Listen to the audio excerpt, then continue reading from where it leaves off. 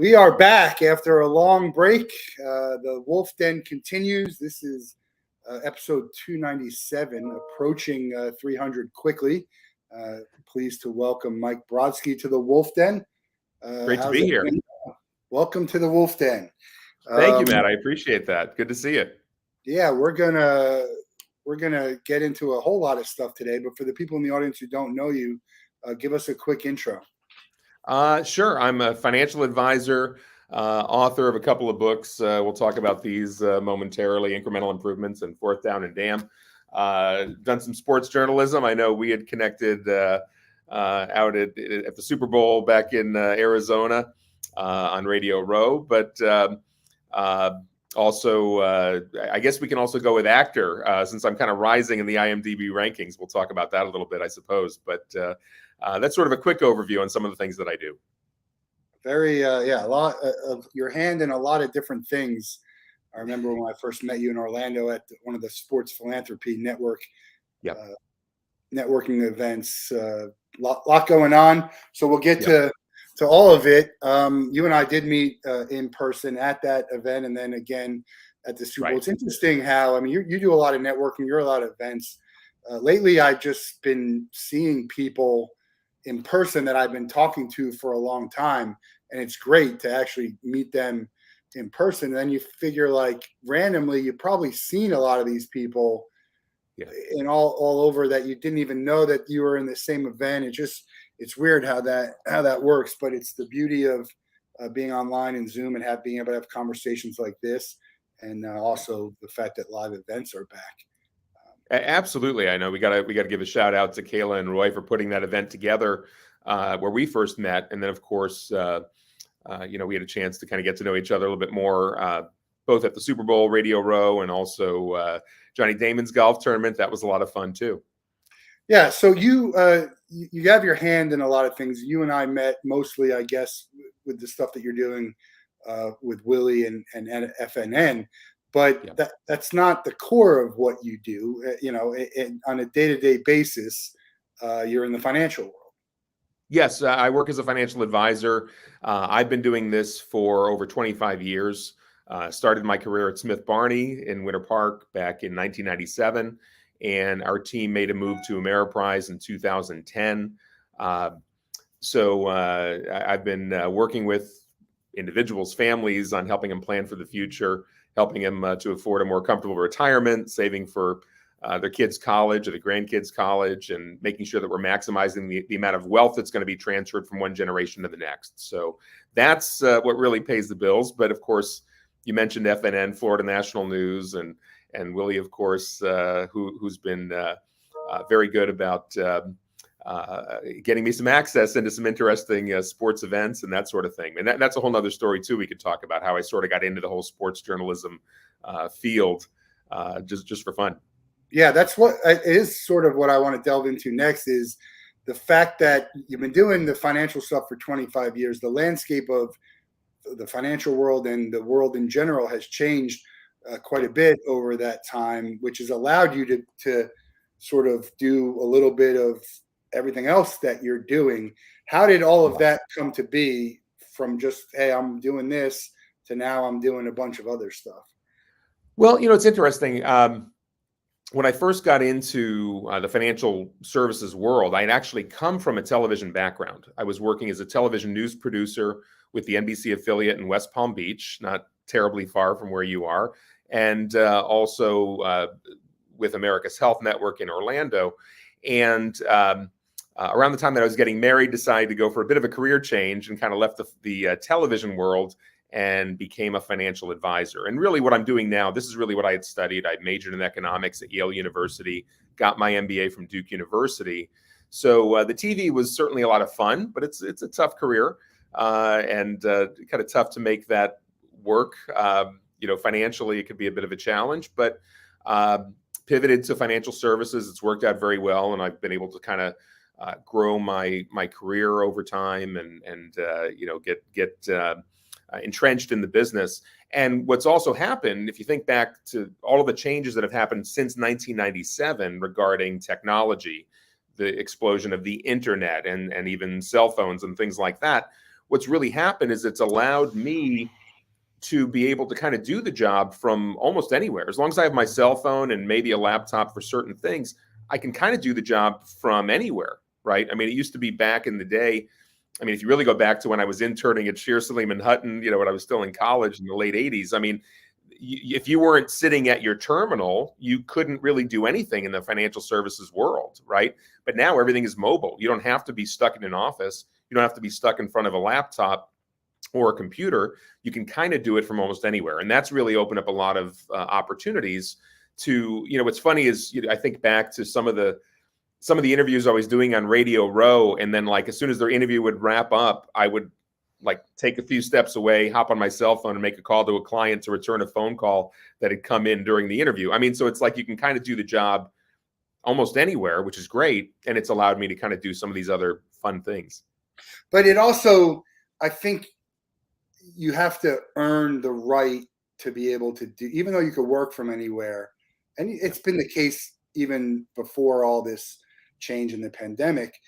People don't want you to be, everywhere else doing the work. So you've earned the right with the amount of time you've been and the success you've had in the world to do that, which helps, because if you just had started from the beginning to want to do that, your employer might be a lot less interested in having that happen, right?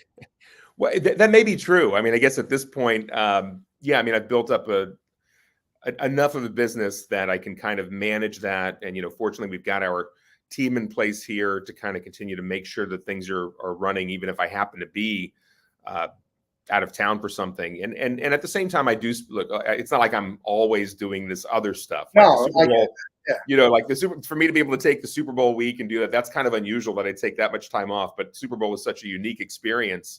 It's just amazing to be in the room with all these amazing people on Radio Row. I mean, it's unbelievable. So of course I'm going to take that opportunity to be there. And certainly even from a business standpoint, there are a lot of reasons to be on Radio Row talking to all these people. Just from a business standpoint, forget about the fun element of it in interviewing some of these celebrities and Hall of Famers and that kind of thing. But yes, obviously I'm able to kind of juggle it all and make it work. I mean, if you want to jump into the origin story, I could kind of go through that. Yeah, I think it'd be interesting to know what was the first, foray into some, I don't want to call it a side hustle, but, a second, whether it's a second career or a second hobby, whatever you want to call it. What was the first thing that you did aside from finance? Yeah, we can talk about that. So, if you go back to before finance, when I was working in TV, and I kind of did get started as sort of a field producer and would sort of interview some interesting people. I actually had interviewed Kurt Gowdy back in the day, Wayne Huizenga back in the day. This is in the mid 90s when I was really just getting started in TV, and ended up, producing some different newscasts when I was with the NBC affiliate in West Palm Beach. But in terms of the current iteration of being a sports journalist, sports reporter, what happened was in 2019, when the Pro Bowl came to Orlando, I'm based here in Orlando, Pro Bowl came to the Citrus Bowl or Camping World Stadium, and a buddy of mine who runs a website called Vegas Sports Daily, got to give a shout out to Mike Dixon. Mike was able to get me media access for the Pro Bowl practices. And he gave me basically one assignment. Since he runs Vegas Sports Daily, the Raiders we knew were going to be moving from Oakland to Las Vegas. So the one assignment was, okay, Jared Cook is the only Raiders player at the Pro Bowl this year. See if you can get me some sound with Jared Cook. So my first day back in media, after being out of it for literally decades, I'm sitting there. I introduce myself to Jared Cook, and he says, "Oh yeah, I'll be with you in a minute. I just got to go talk to the Raiders team media, and then I'll talk to you." So as I'm listening to him talking to the Raiders team media, he's telling the story, and I'm thinking to myself, "Oh my gosh, if I can get him to tell me the story on camera, this is going to be amazing." So back in January of 2019, some people might remember there was a bit of a government shutdown, right? Government had shut down, and so he's telling the story that I was fortunate that I was able to get him to kind of open up and tell me the story on camera. I asked him about his travels into Orlando, and he said, "Oh yeah, these TSA agents, they broke into my luggage, they stole my shoes, they stole my clothes. But, hey, there is this government shutdown going on. And if you're not paying these guys, they'll turn on the ones they serve. If you don't feed a dog, they'll go to licking on your bones. I mean, it was a great soundbite. And so as a result, that soundbite ended up getting picked up by TMZ, ESPN, Bleacher Report, and became kind of a big story. TSA is like tweeting out, we take these allegations very seriously. And, Jared's just saying, look, I don't know what happened. I don't know. All I know is that someone took my stuff, my shoes and my clothes. And it was pretty expensive. It was like Louboutins or whatever it was, and that story. What was that? Did you get credit for that story?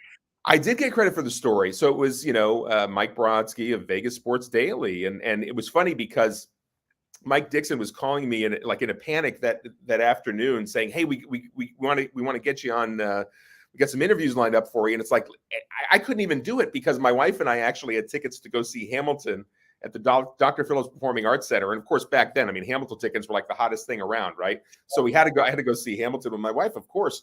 And so, but basically they took the soundbite and they ran with it. And, it did become a big story, and I didn't get it. I probably could have had some FaceTime on TV if I had actually blown off Hamilton to do some more interviews. But the bottom line was, because of that story, it then opened the doors for me to kind of get back to the Pro Bowl and to cover some golf tournaments. And then even the Super Bowl in 2020, when the Super Bowl was down in Miami. And then the following years in Tampa. Of course, Tampa wasn't the same because of COVID. And even Los Angeles in 22. And then this past year saw you out in Arizona for the Super Bowl. So I've been able to cover 4 Super Bowl weeks now, and was on the NFL, the red carpet for the NFL honors in Miami in 2020. That was amazing. So I've had some interesting opportunities to cover some very,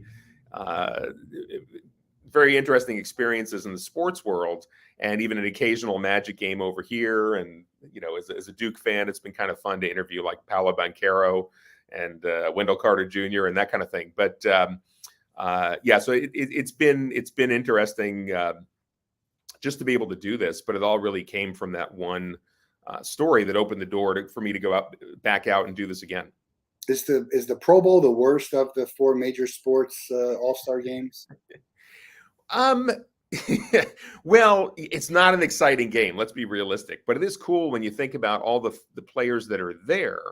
It's great from the standpoint of being surrounded by greatness, right? But the game itself, I know they've really changed it. It's not even what it was because they kind of recognize the game itself. It's no fun to watch like touch football going on.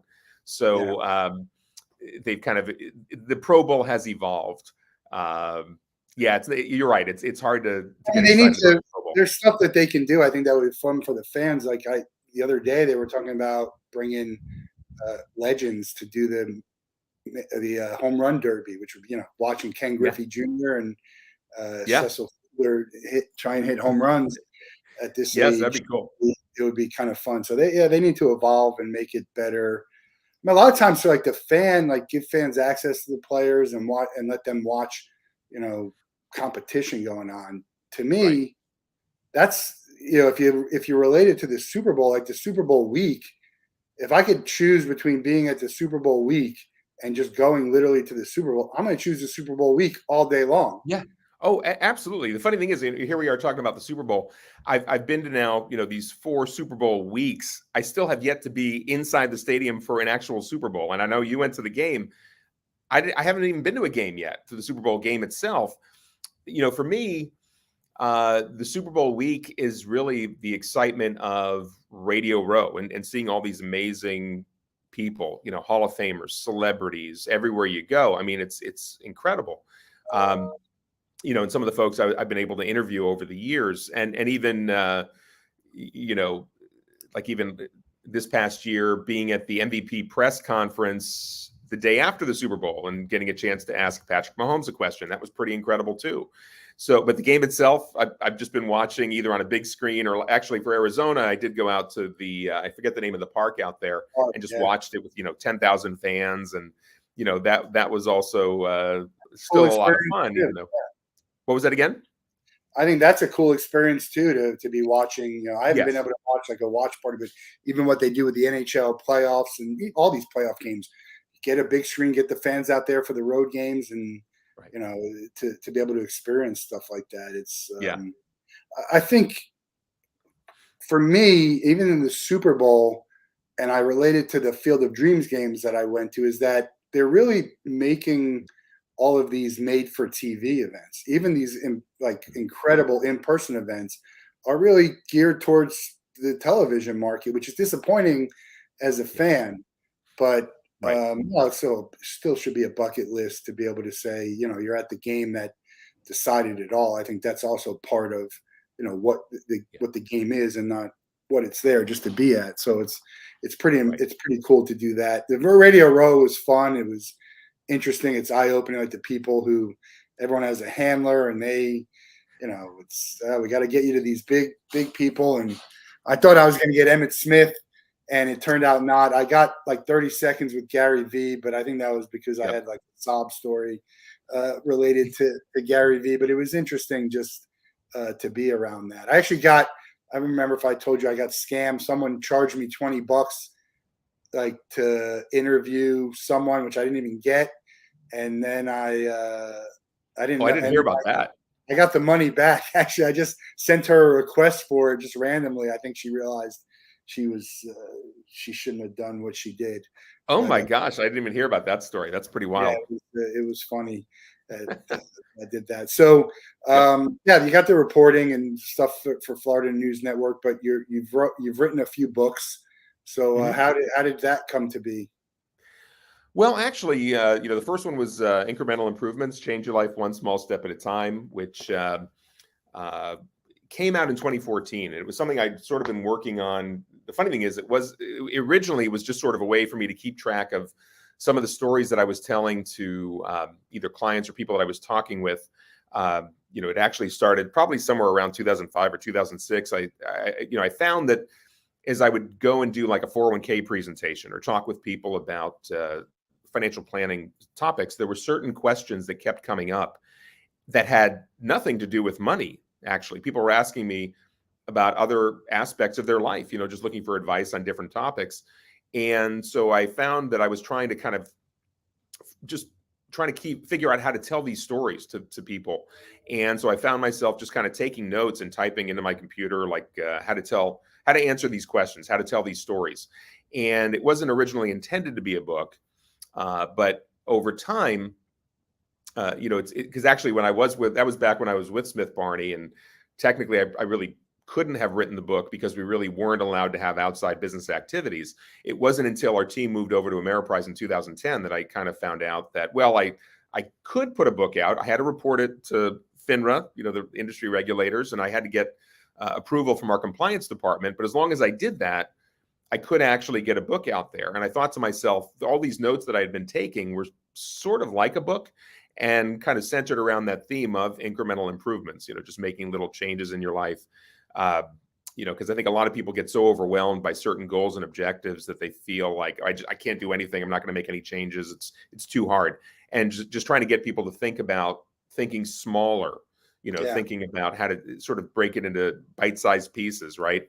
And for someone who wants to be a millionaire, multimillionaire, whatever, you got to just start by saying, hey, let me put $20 a paycheck into my 401k or whatever, and maybe later I'll bump it up to $50 or $100 or whatever it is.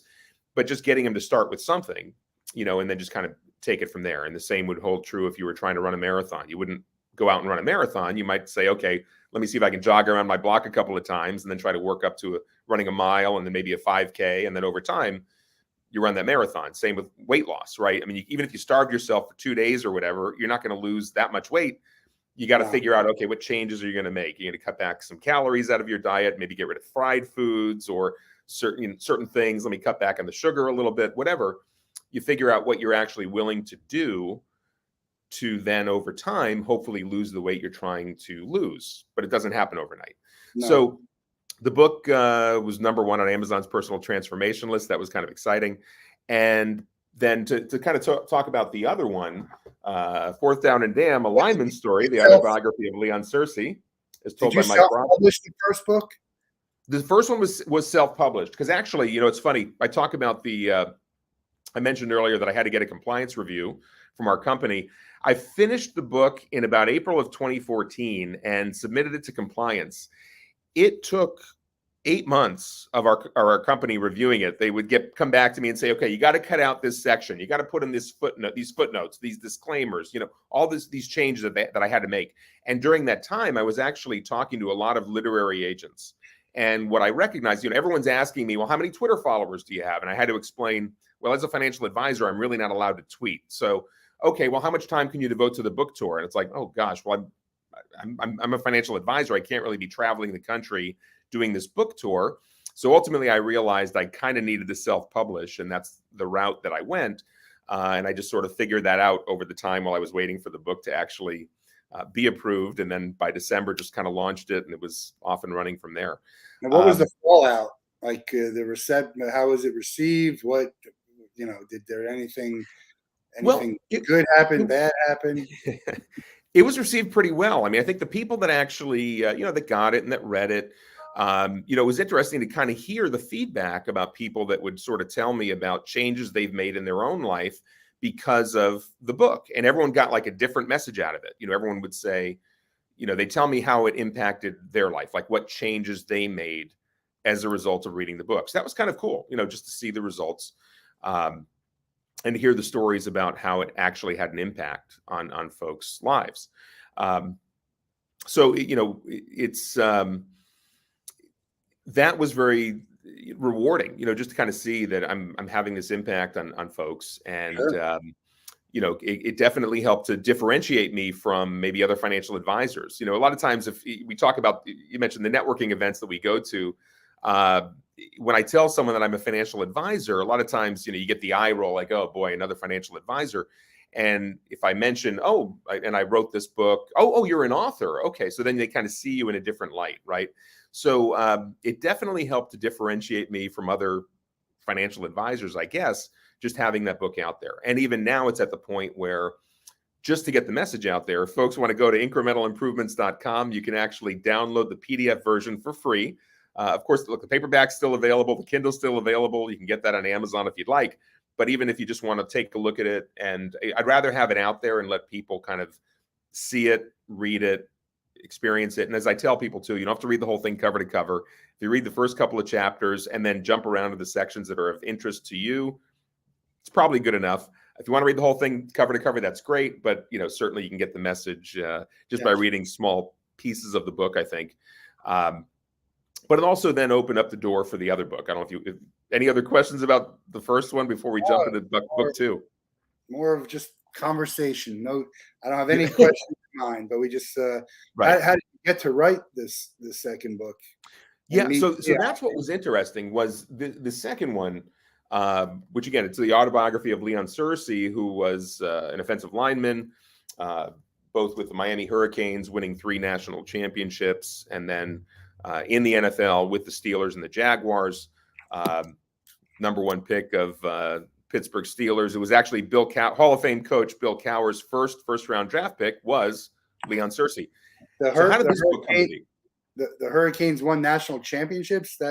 It's hard to imagine. I know you're a Gator fan, and it's hard to imagine any other Florida school having any national championships. But believe it or not, there was a time when Miami used to be a powerhouse. Yes, and they actually won 3 national championships during Leon Searcy's time there. But fourth down and damn sort of kind of fell into my lap really in July of 2020 when COVID was raging through the country. Leon had actually been working on this book for quite some time, and there had been a few stumbles along the way in terms of trying to get an author that could kind of, get the book finished. They'd actually put Leon, because Leon had come to World Sports Alumni. World Sports Alumni is actually an organization that I'm involved with that works with a lot of former professional athletes to help promote them and their brands and that kind of thing. And Leon had come to World Sports Alumni. They'd put him in touch with an author, and it just kind of, it never really went anywhere. And I think when they kind of realized that it wasn't going to happen, Charlie Williams, the CEO of World Sports Alumni, approached me and said, listen, Mike, you've written a book. Would you like to work with Leon on this thing? And in July of 2020, I thought, sure, I got a little free time on my hands with everyone being locked indoors during the shutdown. Yeah, sure, why not? I'll help Leon with this book. So, for a period of, it was basically, I think it was like something like eight days or something. I kind of knocked out most of the book, showed it to my wife. My wife enjoyed it and thought it was great, but said, listen, you need more. There's more stuff you've got to get here. You got to go back to Leon and find it. She gave me the list of all the stuff that was kind of missing, basically. And so I had to get some more stories out of Leon. But, really within 2 to 3 weeks or so, the book was pretty much ready to go. And then we ended up launching it officially in November of 2020 when the Steelers came to Jacksonville to play the Jaguars. We did a little kind of a book signing over there, and everyone's wearing their masks. And this is when the stadiums were all at like 20% capacity or whatever it was. And but we got it out there, and it was a lot of fun. It's a great story, even if you're not a sports fan. I think there's a lot of great life lessons in there too. Because Leon, basically at the time was the highest paid offensive lineman in the NFL in the late 90s, and somehow managed to retire broke and twice divorced. But so there's a lot of life lessons in there in this book. But it's a great story, and certainly a fun project to work on. And we were never able to get it to number 1. We got it as high as like number 2 on hot new releases for football biographies, but we were always being blocked by either Tom Brady or Jim Gray with his book Talking to Goats. We could never get over those 2 hurdles. But a lot of lists that you can get. Yes, on. That's true. But that's still it's a cool different type of author for you. So a different type of experience than just writing from your own stuff. And how's Leon doing now? I know we'll have him on the Wolff Den at some point. Leon's doing great. Leon's got a great radio show up in Jacksonville on 1010 AM up there, and flagship station for the Jaguars. So Leon's doing well. He actually, kind of a big surprise, I think, for a lot of folks is he got married again. For a while he would tell folks I'm allergic to marriage after being divorced twice, but he got married for a third time, and looks like this time it'll stick. Let's hope. But Leon's doing great, and I know that we'll coordinate a time to get Leon on this program, probably closer to the start of the football season. Yeah, sounds good. The any ideas or plans on another book? I hadn't really thought about that. I mean, I'll say it's kind of up in the air. If something came my way, maybe I might work on it. There's nothing in the works, nothing that I've planned as of right now. So it's kind of, I'll leave it open-ended. It's not like there's anything that I'm dying to write at this point. So I'll leave it as a maybe, but nothing right now. And now you've gotten into a little bit of acting. So tell us about that. Yeah. Well, it was kind of funny because I was sort of noticing on IMDb that somehow I jumped up to like number 106,000 on the star meter or whatever that is. And what's happened was I actually I've done a lot of acting over the years. Like when I was younger, did a lot of theater growing up through high school and college. And I'd even gone to Stage Door Manor, a performing arts training center in Loch Sheldrake, New York. And if anybody looks up Stage Door Manor, you'll see there are a lot of well-known alumni that have come out of Stage Door Manor. And then when I got to business school, I did my MBA at Duke University. And while I was there, there was a television show called Fuqua Looks at Business. And when I first got to campus, I signed up for Fuqua Looks at Business thinking this would be fun to work on a TV show. And as time is going by, I'm realizing nothing's happening with this TV show. So I started asking some questions, what's going on with Fuqua Looks at Business? And basically the folks that were running it said, you know what, we're so tired of talking about business all day long. We talk about it in school, and then to do a TV show about it is ridiculous. So listen, Mike, if you want to have the TV show, you can take it over. And so I did. Duke University had a cable television network, Cable 13, and they gave me the show. And I kind of realized nobody else wanted to do this thing with me. So I decided to kind of change it a bit. I figured out that people might be a little bit more interested if we got together and did like a sketch comedy show. So I created this television program called Fuquavision, which made its debut in April of 1991. We did the first episode, and there was even sort of like a little segment, the little promo that had Grant Hill and Kenny Blakeney kind of doing a little shout out for FuquaVision in there. And here we are now, basically 32 years later. The show is actually still on the air at Duke University, and it's a bit of a differentiator for the Fuqua School of Business because there is no other business school that has anything quite like this on their campus. So Fuqua makes a big deal out of making sure that if students are coming to the school to check out the Fuqua School of Business, they make sure to run an episode of FuquaVision so the students can kind of see what FuquaVision is all about. And it's a bit of a selling point. So I'm known as the godfather of FuquaVision because of the sketch comedy show that I created many, many years ago. And because it's lasted so long, every now and then we get together and do we've done some different reunion episodes or 25th anniversary episode. We've had appearances over the years by Coach K, other folks that have kind of made little appearances here and there. We even had Leah Thompson did a thing for us where we had done a sketch back in 1992 called Back to Fuqua.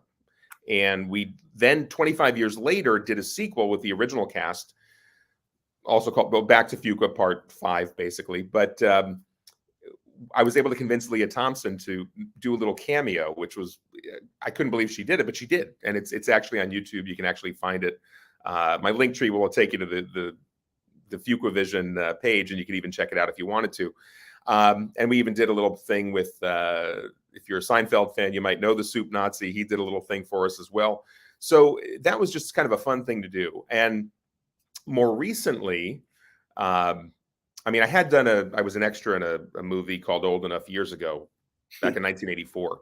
But more recently, besides from doing the little appearances on FuquaVision every now and then, I've had, just in the past couple of months, I had an opportunity to shoot. I was an extra in a scene for a UCF student movie called Rule of Thirds, which happened to be shooting about a block away from my office, basically during lunch hour. So I went and did that. And then also appeared in a movie that's currently shooting called I Win, that should make its debut in March of 2024. And I'm billed as karaoke patron, so that was kind of an exciting role. And then also was an extra in another student movie for First Institute called The Rat, and we'll soon be doing a voiceover for a character as well. That'll be coming up soon. If you follow my social media, maybe you'll be hearing about that within a few more days. So it's something that it's just kind of, again, another fun thing that I'm able to do in my spare time. I can't imagine I'm going to be. I don't expect that Marvel's going to be calling me anytime soon to enter their Marvel. It's fun, though. It's fun. But it is fun. It's fun. Like, to be on a movie set is really a lot of fun, right? So it's been fun to kind of do this a little bit, just just for the experience, if nothing else. And then on IMDb, somehow this past week my star meter shot up. I don't know how or why, but it did. I have a friend who does a lot of extras in movies. He seeks them, and when they're looking for extras, and whenever they're in town, he'll go. So he's been in some pretty good movies. Actually had some screen time, not where he's talking, but you could see that he pause it and hey, look, there I am. If you would retire as a financial advisor and do any one of these things full time, what do you think you'd want to do? I enjoy the sports journalism thing, and I think it's great that I'm able to do it the way that I do it, kind of like occasionally part-time when I see an event that I really like.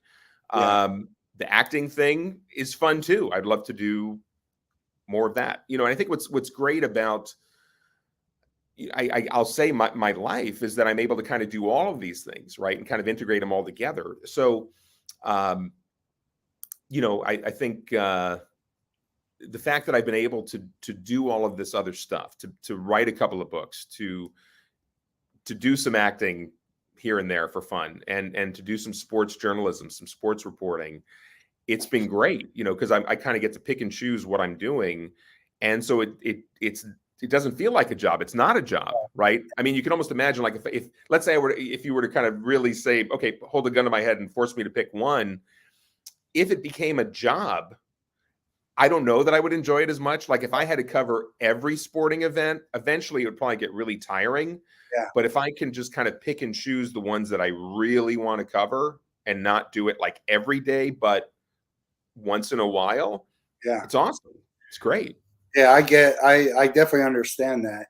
I was scrolling through my pictures to try and show someone something and just really start to feel lucky and blessed at some of the places and things that Yeah. we've gotten to see, Mhm. as a fan, as someone who's gotten to be involved in it, and just man, it's fun to just go scroll back and look, and some of the moment, you and Yeah. I at the on the red carpet for the Yeah. Playboy party, which was a Yeah.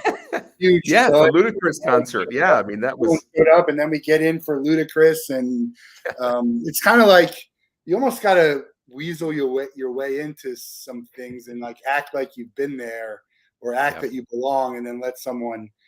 Shaq walked right past us while Yeah. he didn't have any time for interviews, and then you sort of get to you don't really get to know these people that well, but you can kind of tell who you like and who you don't like, and who you might think is I'm just there because I need to be there, or someone genuinely is interested. And it's probably a lot less than you would hope in the celebrity world. But you also put yourself in their shoes with all the stuff that they have to commit to and the people they have to talk to. I try. It's hard for me to give them too much crap, but then you're just like, well, they are getting paid a lot of money. You pay me a lot of money, I'll Yeah. shake hands and kiss babies all day long. So Well, it's an interesting world. right. Right. Like, when we were at the cigar party, right? The Ditka and Jaws cigar party. I mean, we saw all kinds of celebrities, and yeah, it's interesting to see, obviously different people, different celebrities might have different reactions to the fans. And, but yeah, I mean, just to be able to be at places like that and to be able to have that opportunity to interact with these celebrities that, we've seen on TV, we've watched them performing, in different sports, and it's just this amazing opportunity to then meet them live and in person. It's like these pinch me moments over and over, which it's just incredible. But yeah, it is pretty great when you get a chance to talk to these folks, one on one, and kind of get to know. Ultimately, they are real people, and just like real people, some people you get along really well with and you have a great interaction. Other people, you realize maybe there's no connection, no chemistry, and that's fine too, right? But it's been just an amazing opportunity to meet these folks, and you certainly got a taste of it out in Arizona, and certainly in other events that I know you've covered as well, and that you've been out to, and even with your show, right? I mean, even your podcast, you've had some amazing guests on as well, and you get to know them, especially in this kind of a format where you're talking for maybe up to an hour or so. You really get to know somebody. Yeah, I think it's good. And then some people you don't want to get to know more, because the more you find out about them, you just realize, it's sort of, you have this idea of who they are, and now you get to meet them, and you're just like, that was disappointing. It's like if they don't meet your heroes. Yeah, you're right. I mean, sometimes, yes, there have been a couple of examples of that, and yes, it can be disappointing. But I will say, for the most part, I think most people are pretty down to earth, right? I mean, most celebrities, most people that I've met, seem to be good people ultimately, and that's what's great. When you get a chance to really I'm at meet your 50, heroes, it could go either way, and I'm at more often 50 than not, it 50. usually goes I'm right. at 50 50, but it doesn't make him a bad person. It just makes him, you may be disappointed. But because I feel like I don't care. You're a celebrity. I don't care. You're a human being. There's human decency and common courtesy, and Yeah, my time is just as valuable as everyone else's time. So, if you're not interested, and you're not interested, no need to waste people's time or act a certain way. But I understand right. why some do it in general, and then especially the people who are, higher up. But they all started at a place. Almost everyone started at a place where they needed help. and they needed someone to Yeah. give them a chance. Yeah. And so sometimes it is disappointing that people don't understand that where they came from. Very few people are like LeBron James, where he was a star from the second he got started, right? I Right. mean, most Right. people were discovered by someone, and or Mhm. they got a break from someone who, maybe they didn't deserve it, or maybe it was the luck of the draw. Well, that's the world we live in, and you you meet enough of these people, you're going to find some good, some bad, and who I would give us. We don't want to talk about the bad people, but I can tell you, Yeah. to me, I've met some people that are they're not celebrities, but they're the singers, songwriters. They play at music festivals and at events that I've been to, who have been some of the nicest people I ever met. I want to give a Right. shout out to Sean Alexander. Have you ever had the chance to meet him, the running back? I have not. I have He not. Oh, and he doing the food trucks? Did you meet him at the food truck, or where did you No, meet I met Sean? him at the Fatherhood Festival, Oh, and okay. I did get to meet him. I think again maybe at the Super Bowl. I remember. Yeah. And the nicest guy I've ever Yeah. met at any of these events, as far as someone who's a celebrity. Really, I mean, he's got like 12 kids. I'd love to have on the show sometime. Yeah. But he had like 12 kids. And it wasn't even just in the conversation I had with him. It was me watching him at this event, because there's other people at that event and all these other events who they don't want to be there. And you can tell Right. they don't want to be there. Right. And whether he Right. wanted to be there or not, which I think he did, and whether he wanted to talk to these people or not, which I think he did, Yeah. it was just watching him was such a pleasure. And I don't see that as often. You see it in person, and they give the appearance of being that way, but it might Yeah. not be who they are. And that's really one of the people who I think, like, man, I used to talk about Tebow and Danny Werfel. Like, if someone told you some nefarious thing about them, you'd be so shocked, right? I mean, Sure. I would put Sure. Sean Alexander on that list Yeah. of people. Yep. Is there someone that you've encountered that really just blew you away as to who they were? Oh gosh. In a positive way? Yeah, I mean, really, I would say there's so many, and Or someone who might stand out in front. I mean, I had spoke to a lot of people. yeah. For me, Sean really stood out. Hmm. I will say I got to give a shout out to Coach K, just because Coach K. I first met Coach K when I was scouting for Florida Citrus Sports. I'm on the team selection committee for Florida Citrus Sports, which runs the. Last year was the Cheez-It Bowl. This coming year, it's going to be the Pop-Tarts Bowl. We got a new sponsor, and Right. also the Citrus. Big Pop-Tarts fan, maybe, and then also the Citrus Bowl, which this year will be branded as the Cheez-It Citrus Bowl. Anyway, I was You can't scouting spell at citrus Duke. without UT, right? What's that again? You can't spell citrus without UT. That was the famous Right. Steve Yes, that's Spurrier true. quote when the Vols. That's never true. won. But yeah, because the Pop Tarts Bowl was the Cheez-It Bowl, or previously even Camping World Bowl and Russell Athletic Bowl, depending how far back you're going, is between the ACC and the Big 12, basically. And so the first game I ever scouted for Florida Citrus Sports was Duke. Virginia was playing at Duke. And so I went to Duke as a Duke grad, of course, was a good excuse to get back and watch the game.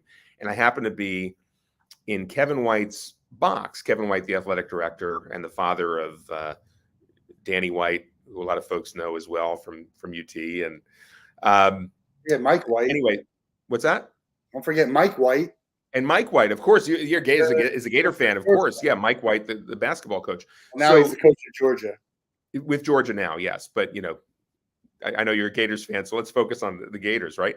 But anyway, Kevin White was in his box, and Coach K just happened to walk in.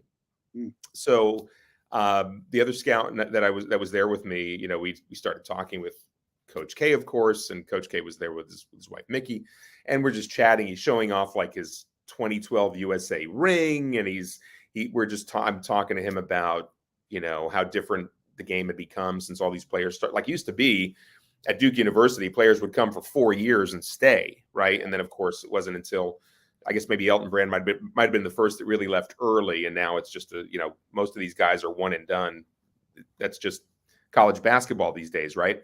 But so we were chatting, and I see he goes over and he's like, it's just before lunchtime, and he grabs a couple of hot dogs, and he looks back at us, he sees us staring at him, and he says, "Don't judge me, I didn't have breakfast," but he's just a very down to earth guy, and it was just so much fun. I mean, as a Duke fan, I mean, I was there for the first 2 national championships in 91 and 92.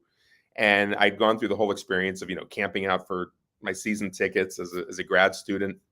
And I'd gone to every home game during those first 2 national championship seasons. So Coach K, I mean, he's the GOAT. I mean, he's the GOAT of basketball coaching, right? So that was a pretty amazing experience. What's that? I say he's up there. I don't know if he's the greatest. He's up there. He's up. I know, obviously, depending on. He's on the Mount Rushmore, I would think, for sure. But he would show up when you're camping out in Chesterfield, right? I mean, he did. He came in. Yeah, he did come. No, actually, because I literally was sleeping in a sleeping bag at Cameron Indoor Stadium. And that morning, as we woke up on the final day before the tickets were going to go on sale, Coach K came out and he talked to all of us. Like, he thanked us all for being there, for supporting the team, and all of that. Or donuts, maybe? Did he bring pizza, donuts, something? No, we didn't get fed. We didn't get fed. That would have been really cool. There was something going on. I have a friend who I play hoops with who is involved with the university. I wonder if you know him. You know Jeff Klein? I'm not sure if I know Jeff Klein. Yeah, he was involved with Coach K and his website, and he goes to his fantasy camp every summer. Oh, yeah. It's a fantastic event from what I hear. Yeah, well, I've heard wonderful things about it. And but Coach K, so this is back in 1990, so maybe they weren't doing the food back then. I mean, this is before they had won any national championships when I was camping out. So now it's probably, they might have big parties going on. I know I've seen some of the pictures of what goes on, and plus also, even the way that they do the whole camp out has changed a lot. Like when I did it, it was kind of what they called like a line. So you knew if you survived it, if you made the cuts, like you had to kind of check in. The first couple of days was like every 8 hours, then it's every 4 hours, then it's every 2 hours. If you make all the check-ins, you knew. I kind of knew I was going to get the tickets. Now it's more like a lottery for the grad students, but even for the undergrads, they have to camp out for every game. And there are rules, there are pop quizzes. I mean, it's a whole different thing camping out for a Duke game today versus what it was in 1990. Definitely a bucket list for me. I've never been to a game, although I have been inside of Cameron. Been inside of the Dean Dome too. Just never been to a game for it, but definitely a bucket list. What's a bucket list event for you to be at, and then one that you would like to cover? Yeah, I will say I'll throw the Super Bowl into the mix. I mean, now that I've obviously covered Radio Row, I feel like the next logical step would be to actually cover game day. But if you could pick to go to any game, that would be it. Cover the Super Bowl, like get more access. It's not a bad choice. I'm just asking. No, I would say yes, and yet at the same time, I'll also kind of throw into the mix the fact that, well, we were talking about Willie David, of course, who actually did get a media pass for the Super Bowl game day, and yet what was interesting was his experience was not that great. Actually, no, I would imagine maybe not. It wasn't, because I mean, he couldn't really see the game, and then even like he was able to get to do some stuff like afterwards, like in terms of the press conferences after the game, which is fine. But the whole point of the Super Bowl is to kind of really be able to experience the game. So if I could somehow get access to like either see the Super Bowl, preferably with like the real media passes, which are really only available to the networks that are covering the Super Bowl, that would be pretty amazing. As a fan, without having to cover it, you're just going, what event haven't you been to that you'd love to go to? Well, I guess, I'll throw maybe World Series games into the mix. I've been to like some of the Tampa Bay Rays. I've gone to the Tampa Bay Rays playoff game. I've been to a Lightning Stanley Cup game, but I still haven't been to a World Series game in all my life. I've never been in the stadium for a World Series game. So I'll throw that into the mix maybe. I was lucky to go to I think I've been to every Marlins World Series game. Wow. Okay. Yeah. That's They were cool. cheap. I remember it's Yeah. crazy. They played the Yankees. I Yeah. had these tickets, and someone was selling in the I think it was like $5 or $10. They were selling tickets. I was like, I'll buy them. I Oh my I gosh. could barely resell these things Right. before I got Wow, in. that's amazing. I thought I'd be able. Yeah, it was against the Yankees. Maybe the That's Yankees. crazy. Were they good seats? Good seats? They were okay seats. I don't remember. I sat. I Yeah. sat. I remember I sat in left field by the pole, and in right field, Okay. literally like first row at the pole. It's Wow. just great. It's fun to be at those type of games. But something that Sure. Stanley Cup finals, Stanley Cup playoffs, something that really determines, hey, this is it. This game is it. Is I think a little bit more special than just a 1 out of 7 that it's Right. important, it's awesome, but still. Right, exactly. Like with the Orlando Magic, we've had tickets for a while for the Orlando Magic. So I've been to a bunch of not that they've made it recently, but I've been to a bunch of the playoff games, or even when they did get to the championships, but they still haven't won a championship yet. I like what they're Um, doing. You like what they're doing. I think they had a good I off do. season. I think they have a shot to make the playoffs, which would be a good advance. You know, I, I really do believe that, if they can stay healthy, the Magic have a great shot. I mean, I would be shocked if they don't make the playoffs this year. I mean, they really do have a very strong roster. Most of the teams coming back. It'll be interesting to see what Anthony Black and Jet Howard bring to the table. I'm a little concerned that maybe they have too many point guards, or too many guards, I should say. right. But still, they've got a good, solid roster. I think they're going to be okay. We shall see how the season plays out, but I would be, I'm kind of banking on the fact that at some point in the next couple of years, we should see them, hopefully, maybe even in the championship game, maybe. It's a nice arena too. I had gone Yeah. there last season. I was at a trade show, and I was lucky enough to get to see it, sit in like a box seat where they bring you food. Yeah. Service is terrible. I don't know why, but the food was just fun environment there. So It's great. hopefully they get themselves back on track. We'll see. From a financial advisor point of view, I know you can't give a whole lot of specific advice, but what is something, and obviously you did well being that you got into financial advising. My mom always talked about the financial advisor. My grandma used to love Susie Orman, who I actually hope to have on the show. I've been talking to her team. Really stuck with me. Can I afford it? Is it a good deal? Do I need it? Like the questions you ask. But what's a good what's something that you wish you would have known maybe when you were growing up with regards to finance that would be good for people to know? I think the most important, the most important piece of advice I could give anyone is get started, and get started as soon as you possibly can, right? Yeah. Like, you got, first things first, you got to kind of make sure that, for anybody that's got a lot of debt, you got to get that debt paid off, right? Like if everything's on credit cards and you're paying 18% rates of interest on your credit cards, that's bad. Get that stuff paid off, right? But like once you're at the point where you're out of debt, you've got some money kind of starting to build up a little bit, and hopefully you're doing well in your career and your job, and you're able to you got to start saving that money, right? So, if you can put money into your retirement account at work, like a 401k or whatever, that's great. Or even if you just set up your own IRA or Roth IRA, maybe that, certainly makes a heck of a lot of sense to start putting money aside for the long term, for the future. You won't even notice it, right? I mean, you won't even notice it's gone. It's crazy, especially like for me when I was in sales. I couldn't tell you what my check was going to be every week, so who cared? Yeah, that's a good point. But even for people who look, I also know I've worked with enough people over the years. You'd be surprised how many people I've met where you talk to them and you realize they never had a super high paying job. A lot of them just worked,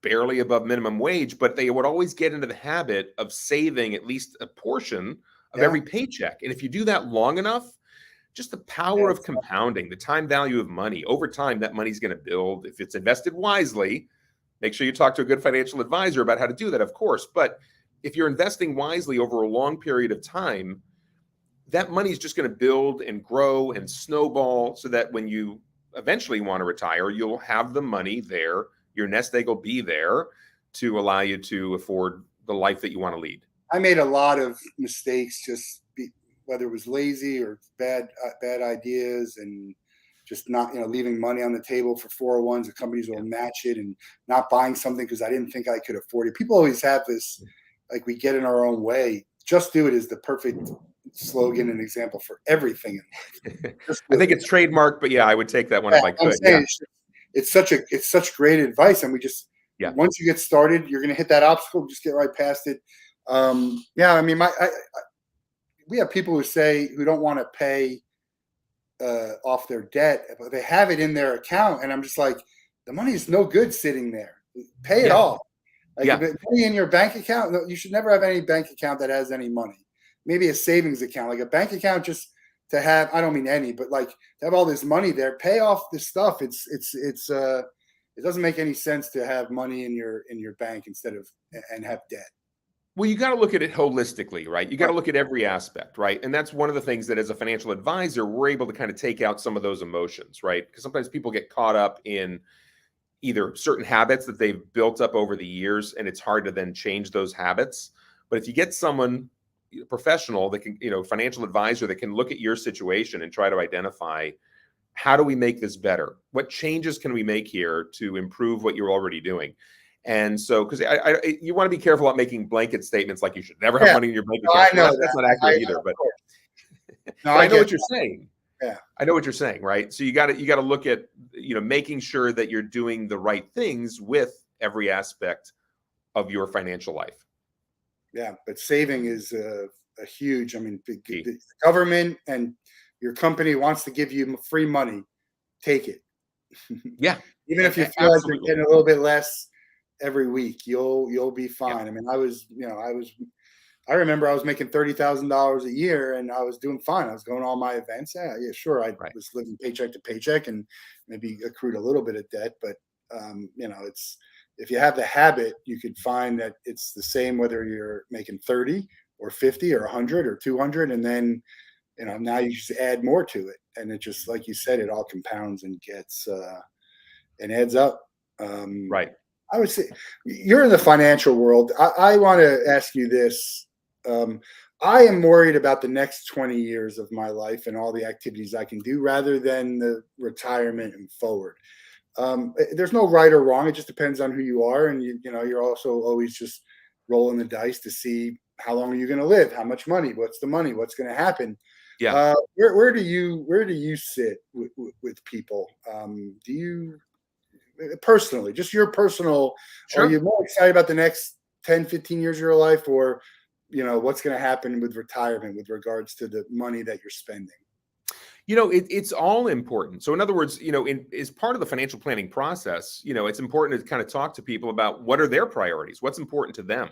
But I would agree. I mean, I think a lot of times people get into this mindset of thinking, gosh, when I turn 65, I'm going to retire, and then I'm going to go travel the world, and I'm going to do all these great things when I retire. And it's like, well, that's great. But, maybe there's something to be said for, okay, if you budget appropriately, maybe you can afford some interesting, fun experiences and some fun vacations along the way, even before you retire. Because also, the older you get, the harder it becomes. I mean, we know some people that retire and there are different health issues they're contending with, or their bodies just aren't physically able to maybe travel the world the way they might have been able to do at a younger age. So it's important to figure out what's important to you. For every individual, ask yourself, how do you want to live your life, right? And then just making the sacrifices, if need be, to be able to afford that into your budget, right? There's so many things that we throw money away on, right? So many things that we waste our money on. Make sure that whatever you're spending it on, it's something that's important to you, that's meaningful to you. That's very important. So enjoy, have fun, do the things you want to do at every age, really. My sister is traveling the world as we speak, and she's not retired, and she's done well where she's not going to have to worry about her retirement and how this did. It's just life, and who knows? We just never know.